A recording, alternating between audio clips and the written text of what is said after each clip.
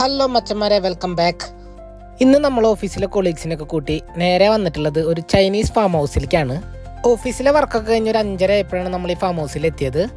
എൻട്രൻസിൽ തന്നെ കുട്ടികൾക്ക് കളിക്കാനായിട്ടുള്ള ചെറിയൊരു പാർക്ക് അവർ സെറ്റ് ചെയ്തിട്ടുണ്ട്.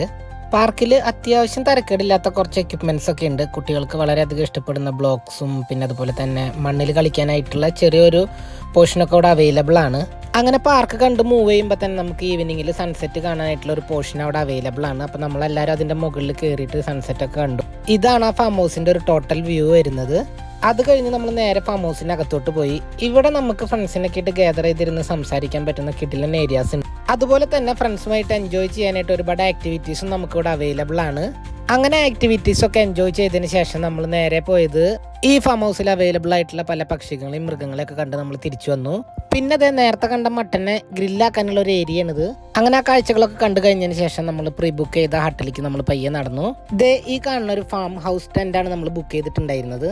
പുറമെന്ന് നോക്കുമ്പോൾ ഇത് വളരെ ചെറുതായിട്ട് തോന്നുമെങ്കിലും ഇതിനകത്ത് ഏകദേശം 15 to 20 ആൾക്കാർ വരെ സുഖമായിട്ട് ഇരിക്കാനുള്ള ഒരു സ്പേസ് ഉണ്ട്. ഈ ടെന്റ് ഹൗസിന്റെ അകത്തും നമുക്ക് ഒരുപാട് ചൈനീസ് ഗെയിംസ് അവൈലബിൾ ആണ്. നമ്മുടെ കൊളീഗ്സ് ഗെയിംസ് ഒക്കെ നമുക്ക് പഠിപ്പിച്ചെന്ന് നമ്മൾ പയ്യെ അതൊക്കെ ട്രൈ ചെയ്ത് നോക്കി എല്ലാവരും കൂടെ.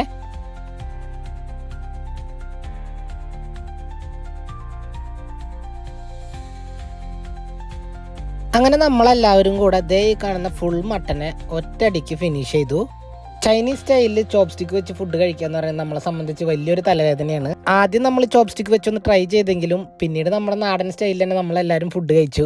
അങ്ങനെ ഫുഡും കഴിച്ച് ബില്ലും സെറ്റിൽ ചെയ്ത് നമ്മൾ പുറത്തിറങ്ങിയപ്പോൾ നമ്മുടെ കുട്ടികളുടെ ഏരിയ പോയിട്ട് നമ്മുടെ കൊളീഗ്സ് കാട്ടിക്കൂട്ടുന്ന തമാശകളാണ് കേട്ടോ അതൊക്കെ. അങ്ങനെ അതും കഴിഞ്ഞ് ക്യാമ്പിനോട് ഒരു ടാറ്റയും പറഞ്ഞ് നമ്മൾ വണ്ടി എടുത്ത് നേരെ നമ്മുടെ അക്കോമഡേഷനിലേക്ക്. അപ്പം അടുത്ത വീഡിയോയിൽ കാണുന്നവരെ സി യു, ബൈ ബൈ.